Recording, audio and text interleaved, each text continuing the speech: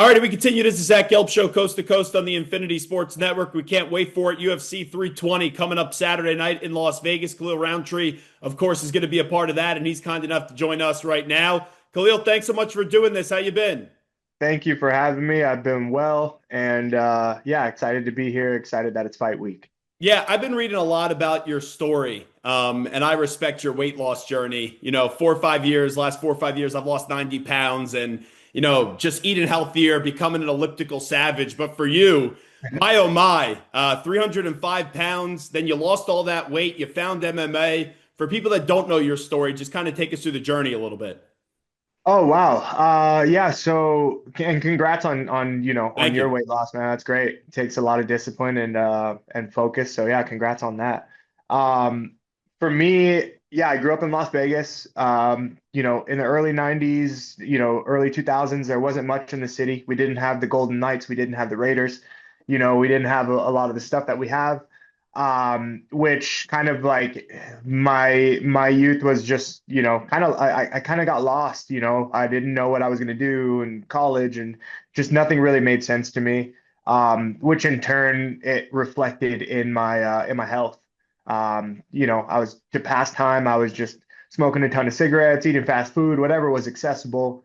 Um, and I realized that after having, a pretty bad health scare at an early age of 19, that I need to make a change. And so my brother was watching MMA on TV.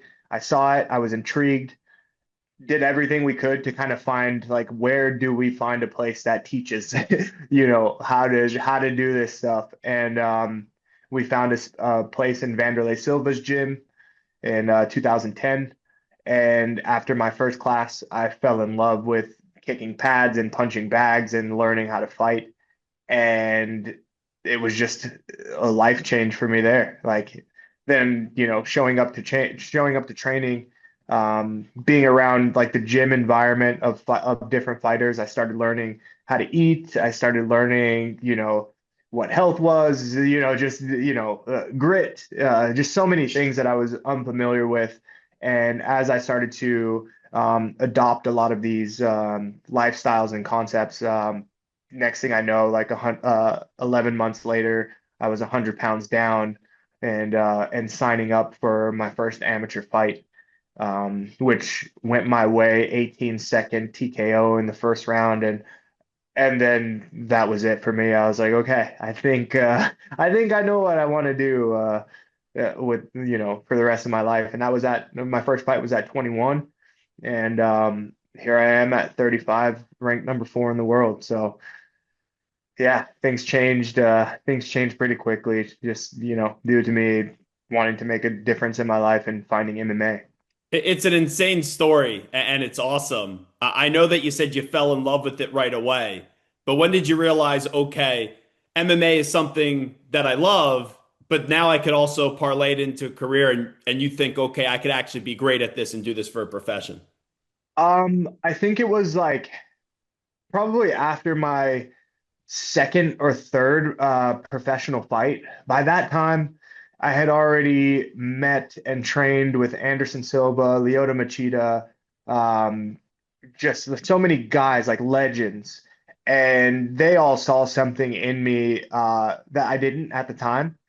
And but when I was fighting at the regional circuit, it was like I think I was making like $1,200, just to show up. And I was like, okay, yeah, that all sounds cool in the future, but right now I can't afford to be, training all like, 7 days a week, fighting, every 3 months and only getting paid, $1,200. So I went and got a job doing grading and paving Wow.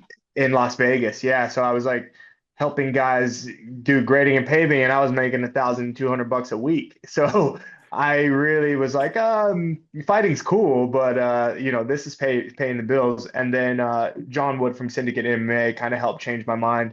He's like, nah, man, you're not built for construction, you're built for fighting. Um, you know, Let me take you under my wing and we'll get you there. And sure enough, after months of training with John Wood, we heard that The Ultimate Fighter was coming up. and he's like, "Hey man, this is your shot. Let's get you in the Ultimate Fighter." I made it, got the UFC contract, and I was just like, "Wow." That happened fast, and yeah, that was kind of it for me. Yeah, it's so crazy, Khalil Rountree. And I was talking to Marab a few weeks ago, and I know you've been obviously seeing him train a lot. And I said to him, I go, "You're a savage in the octagon, but outside of it, you're so down to earth and such a nice person, a genuine human being. I feel like you're the same way." And I saw you do an interview with Joe Rogan, and you said you were really never a non-confrontational person. So how do you kind of flick that switch where out of the octagon, you're down to earth, but once you get in, it just takes you to a different place? I think it's really just like just really accepting myself, like I don't have to be one or the other. Like I can really be both. Just because I fight in the UFC and I've got to go do, got to go do my job, doesn't mean that that I have to be, this like tough guy all the time.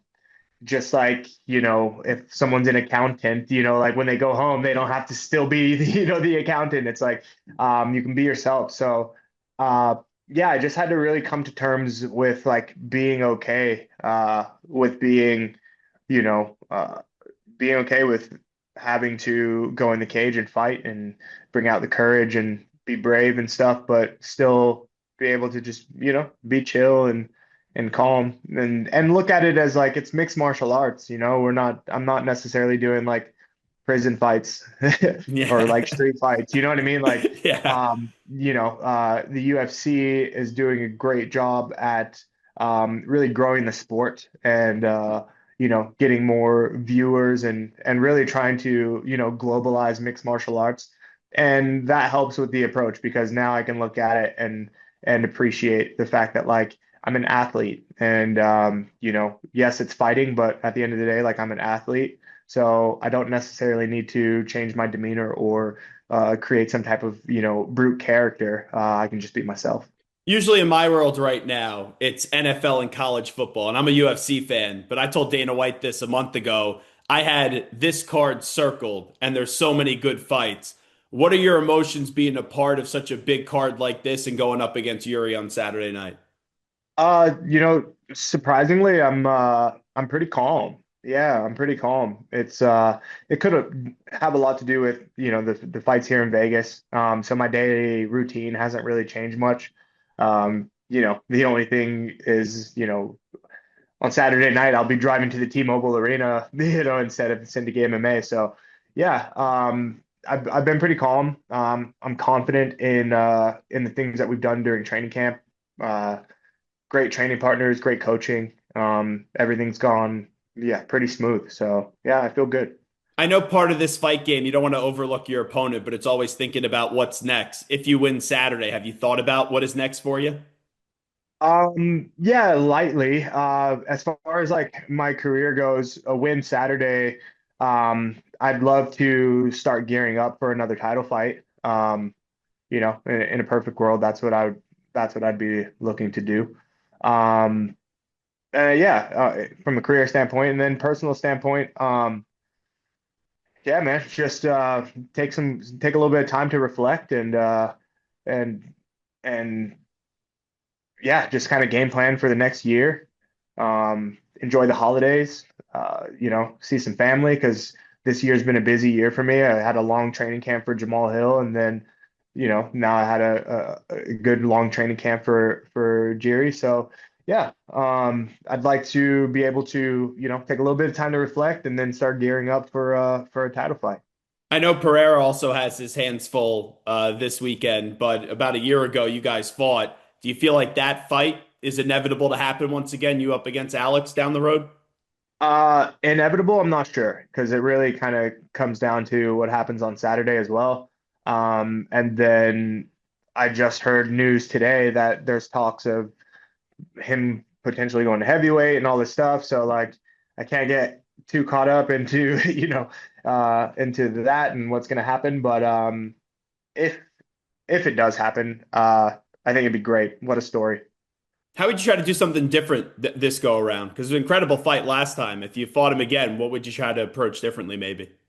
That's hard to answer straight off the bat, but I do know that because of that fight, the second one would go differently because I've had the experience now. I went 4 rounds with him, went the whole 5 rounds with Jamal, so I know what it feels like to be in there for, for a long time. And I think my decision making would be a little different. Just looking at the sport down the road, wrap it up with Khalil Rountree is kind enough to join us on the Zach Gelb show. It seems like McGregor is coming back and he's going to be a part of this White House card. It feels like it's going to be Michael Chandler, just hearing what Dana said and what McGregor said the other day. As a fight fan, as someone that is also a fighter talking to you, what's your reaction when you hear McGregor? It looks like he's coming on back. Um, I think it would be good because we've been waiting a long time, you know, to see him come back. Whether, whatever people have to say about the guy, if he does come back, I know absolutely we're all going to be watching. And yeah, it would be great for him, great for the UFC. Yeah, it would be great. So if it does happen, yeah, I'll be watching. I'm assuming the White House card interests you. It seems like it interests everybody, right? As a spectator, yeah, yeah, as a spectator for You sure. wouldn't want to be you wouldn't want to be fighting on it. Why not? Why not? No, it's just a lot, like I think, from what I've heard, like weighing in at the Lincoln Memorial and this and that, and it's just like for me personally and like just like my style, my approach to fighting, I'd much rather be a spectator. It'd be cool to be at the weigh-ins, like watching people weigh in at the Lincoln Memorial and like, but when like as a fighter, a lot of the stuff that people don't see, the logistics and everything, taking the shuttle here and that and that and that. Like, I'd just much rather be a spectator for an event like that versus, being a part of it. And you got to be so locked in mentally. It seems like there could be some distractions with that. Like, is what you're saying, where it takes you to different places where you're not able to fully lock in, right? Yeah, lots of stimulation, you know what I mean? Lots of outdoors, probably a heavy security presence. Yeah, just I'd like to be the guy in the crowd, cheering. All right. I know we started with food. We've been disciplined. We're all entitled to a cheat meal. What's the victory meal coming up on Saturday night after you win? What do you kind of cheat on? Victory meal for me is probably going to be Indian. Yeah, Ooh.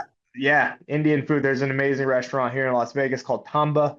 Tamba, in my opinion, is the best Indian food in Las Vegas. Really cool place, great vibe. The staff's great. The restaurant manager's amazing.